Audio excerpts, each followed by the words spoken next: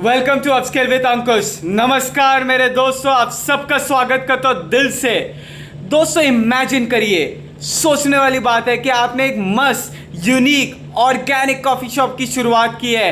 बेहतरीन ब्रांडिंग है, capital ready है, टीम सॉलिड है, प्रोडक्ट टॉप नॉच का है। आपने सोचा कि मार्केट में आते ही आप धमाका मचा दोगे, बट ऐसा नहीं होता रियलिटी में। क्यों नहीं हो रहा है? गवर्नमेंट ने अचानक से प्लास्टिक कप्स पर कंप्लीट बैन लगा देती है। क्या लगा देती है? कंप्लीट बैन लगा देती है। कॉफी बीन्स पर इंपोर्ट टैक्स बढ़ जाता है। यूथ कॉफी छोड़कर मैचा टी की तरफ भागने लगता है, उसका प्रेफरेंस बदल रहा है। मेरे दोस्तों, आज कॉफी के लोग दीवाने हैं, कल चाय के भी दीवाने हो सकते हैं। तो आप अभी सोचे, इसमें आपकी कुछ गलती है? आपका इंटरनल सिस्टम तो बिल्कुल परफेक्ट है, best branding, best capital, best team, पर बाहर की दुनिया तो बदल सकती है। इस बाहर की दुनिया को हम बिजनेस की भाषा में कहते हैं मैक्रो एनवायरनमेंट। क्या कहते हैं मेरे दोस्तों? Macro environment. ये वो फोर्सेस है जो आपके कंट्रोल में नहीं है, पर इनके एक झटके से आपका अच्छा भला बिजनेस को हिला सकता है। क्या हो सकता है मेरे दोस्तों? ये सोचने वाली चीज है। ये एक्सटर्नल एनवायरनमेंट्स है, आपके हाथ में नहीं है। आपका बिजनेस में अगर आपने ध्यान नहीं दिया, आपका बिजनेस खत्म भी हो सकता है। इसी हम बिजनेस लैंग्वेज में मैक्रो एनवायरनमेंट्स कहते हैं। मैक्रो एनवायरनमेंट्स को एनालाइज करने के लिए हम एक पेस्टल फ्रेमवर्क को बात करेंगे। पेस्टल स्टार्ट करने से पहले हम लोग एक बेहतरीन बात करते हैं, मैक्रो एंड माइक्रो एनवायरनमेंट में क्या अंतर होता है। वो एक दो पड़ोसियों के जैसे होते हैं। माइक्रो एनवायरनमेंट में आपके एम्प्लॉयज होते हैं, आपके कस्टमर्स होते हैं, आपके सप्लायर्स होते हैं, आपके डायरेक्ट कंपटीटर्स होते हैं, जो थोड़े बहुत मैनेज तो कर सकते हैं। आप अपने कस्टमर्स को मैनेज कर सकते हैं, सप्लायर्स को मैनेज कर सकते हैं। आज अगर आपका सप्लायर आपको परेशान कर रहा है, ऑफकोर्स उसकी मोनोपोली होएगी, बट आप धीरे धीरे करके आप एक सब्स्टिट्यूट सप्लायर को ढूंढ सकते हैं, क्योंकि वो मैनेजेबल होता है, वो माइक्रो एनवायरनमेंट का पार्ट है। बट अभी हम मैक्रो एनवायरनमेंट क्या होता है ना, सोचिए मुंबई में बहुत ज़्यादा बारिश आ रही है, मौसम बिगड़ रहा है, अनइमेजिनेबल सिचुएशन है। आप आसमान में जाकर इंद्र देवता को प्रे तो नहीं कर सकते, भैया आज धूप दे दो, निकाल दो, कपड़े नहीं सूख रहे। बिल्कुल नहीं, मौसम के हिसाब से खुद को डालना पड़ेगा। एग्जैक्टली वैसे ही मैक्रो एनवायरनमेंट के सामने बिजनेस को अडेप्ट होना पड़ता है। मेरे दोस्तों, बारिश आ रही है तेज, अगर आप छाता नहीं लेके जाओगे आप पूरा भीग जाओगे। आप आज महाबलेश्वर के लिए निकल जाएंगे तो आप अटक सकते। तो जैसी सिचुएशन है, आपको अडेप्ट करना पड़ेगा as per the external environment. तो ये बिजनेस के एनवायरनमेंट में भी होता है। इसे हम समझेंगे पेस्टल एनालिसिस के थ्रू। पेस्टल एनालिसिस होता क्या है? P stands for political, E stands for economic, S stands for socio-cultural, T stands for technological, E stands for environmental and L stands for legal। इनको एक एक करके हम लोग ब्रेक डाउन करते हैं। ब्रेक डाउन करना क्यों ज़्यादा ज़रूरी है मेरे दोस्तों? P stands for political, government कितनी स्टेबल है, उनके बिजनेस को लेके क्या आइडियोलॉजी है, क्या वो सब्सिडीज दे रही है, क्या नए टैक्स लगा रहे हैं। एग्जाम्पल, आज ईवी कार के लिए जो उनकी बैटरी है, ईवी कार स्टेशन जिसे हमें बोलते हैं, बैटरी चार्ज करने के लिए गवर्नमेंट बहुत भारी सब्सिडी दे रही है।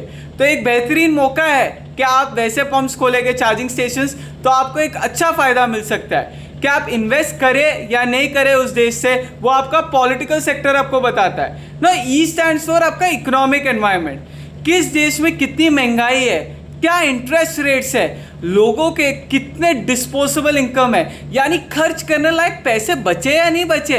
अगर बैंक्स लोन बहुत महंगे दे जा रही है, क्या है, गाड़ी और घर खरीदने कम देते हैं, क्योंकि क्या है, बैंक का लोन इतना भारी है, इंटरेस्ट रेट इतना ज़्यादा है, लोग कम खरीदेंगे, उनका परचेजिंग पावर कम होएगा, जिसका डायरेक्ट इम्पैक्ट एक real estate and auto sector पर आता है। सोचने वाली बात है, एस जो अभी यहाँ पर हमने सोशियो कल्चरल बोला एनवायरनमेंट, क्यों ये सबसे ज़्यादा ज़रूरी होता है? सोसाइटी, हर सोसाइटी के कुछ बिलीव्स होते हैं, कुछ वैल्यूज़ होते हैं, लाइफस्टाइल्स होते हैं, ट्रेंड्स होते हैं। मेरे दोस्तों, क्या होता है? लाइफस्टाइल हो रहा है, आपके कुछ हैबिट्स है, आपके खाने पीने के तरीके, कपड़े पहनने के तरीके, एंड इसको आप जिस सोसाइटी में, आपको उस तरह सोसाइटी को रिस्पेक्ट करना पड़ेगा, उनके बिलीव्स एंड थॉट प्रोसेस।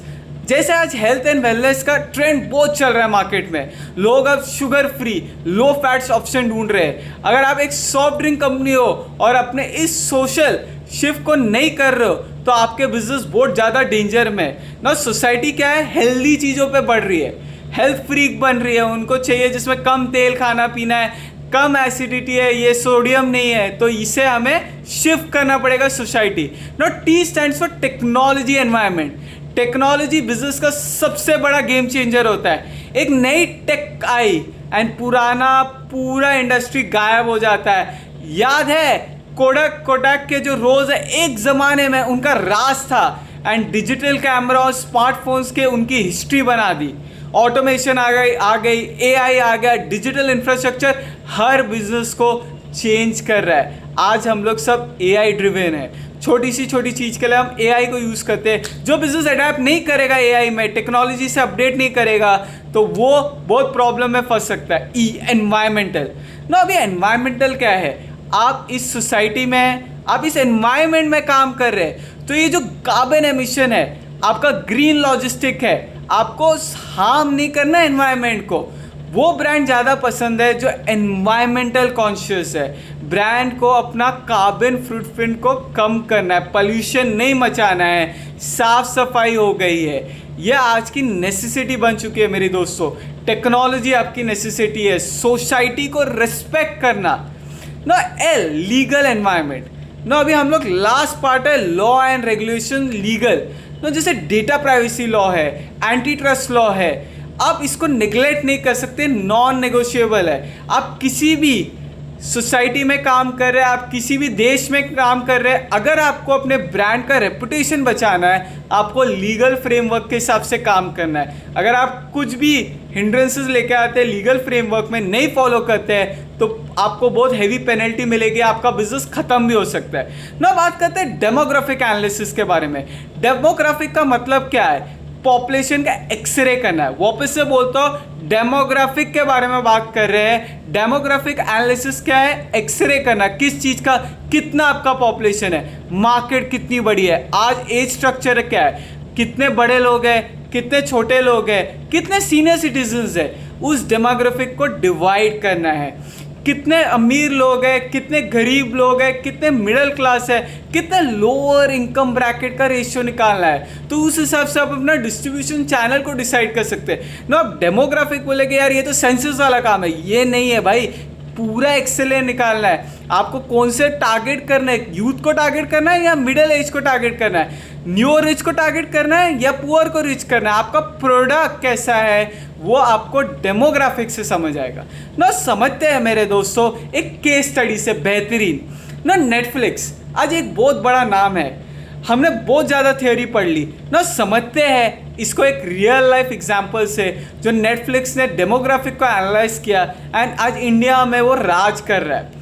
पर जब वो आया तो उसको बहुत ढेर सारे चैलेंजेस आए, डेमोग्राफिक चैलेंजेस भी आए, सोशियो कल्चरल चैलेंजेस था। वेस्टर्न कंट्रीज़ में क्या था ना फ्रेंड्स, बड़े लोगों को बड़े बड़े स्क्रीन के साथ बैठकर क्रेडिट कार्ड से लेकर अपना मंथली सब्सक्रिप्शन करना होता था। इंडिया में कॉस्ट कॉन्शियस भी लोग बहुत है।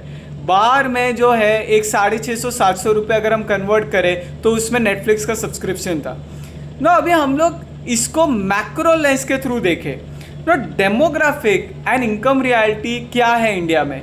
इंडिया की पॉपुलेशन बहुत बड़ी थी, पर हर कोई 650 से 800 मंथली स्पेंड नहीं करना चाहता था, इसलिए वो रेडी नहीं था। यूएस में लोग सब्सक्राइब कर रहे थे, नेटफ्लिक्स इतनी बेहतरीन कंटेंट लेके आ रहा था, एल्गोरिदम लगाया, सब कुछ लगाया, फिर भी उसका मॉडल क्यों फ्लॉप था। उससे सोचा हम लोग सोशियो कल्चरल को देखते हैं, सेंस करते हैं ना। इंडिया में एक बहुत बड़ा शिफ्ट है, टेक्नोलॉजिकल शिफ्ट है। लोग मोबाइल को प्रिफर कर रहे थे, देश का यूथ टीवी पे नहीं देखना चाह रहे थे। आज के टाइम इंडिया में बहुत ज़्यादा टाइम ट्रैवलिंग में जाता है, लोगों को 1.5 घंटा 2 घंटा अपने ऑफिस में आने जाने में लग जाता है। वो आज के टाइम में जब अपने फैमिली के साथ नहीं होता, ट्रैवल कर रहा है, तो वो देख सकता है कुछ भी content.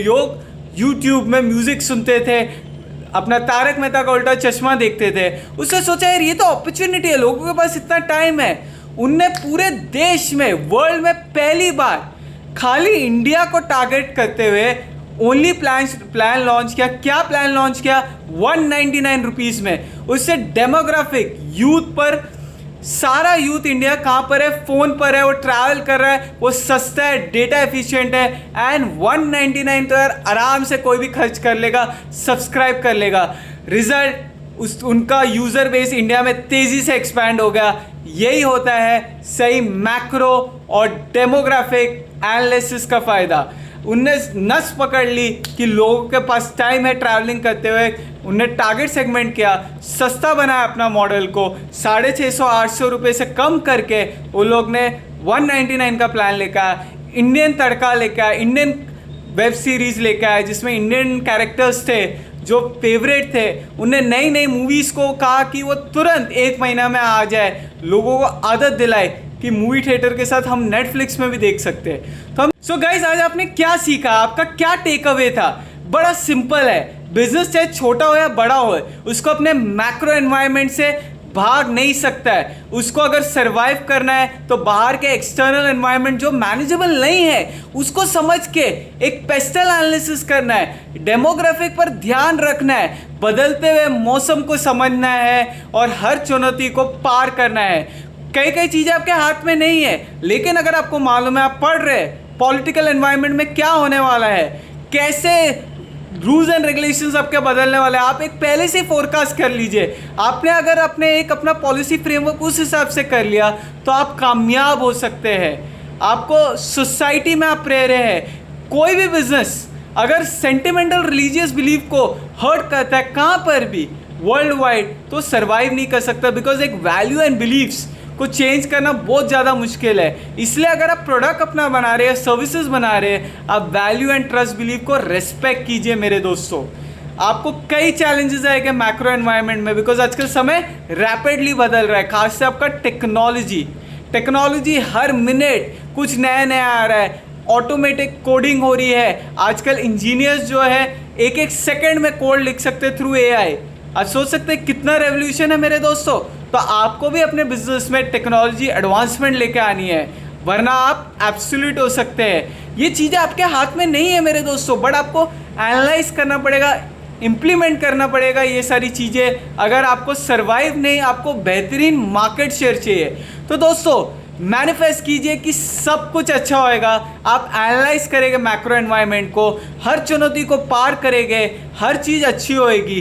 B positive, be rocking and सबसे इम्पॉर्टेंट है अपने माता पिता की रिस्पेक्ट कीजिए, एक हंसते हुए चेहरे से काम कीजिए एंड दुनिया में क्या चल रहा है अपने कान, अपने आंखों को खुला रख के आप देखिए, ज़िंदगी में आप ज़रूर आगे बढ़ेंगे।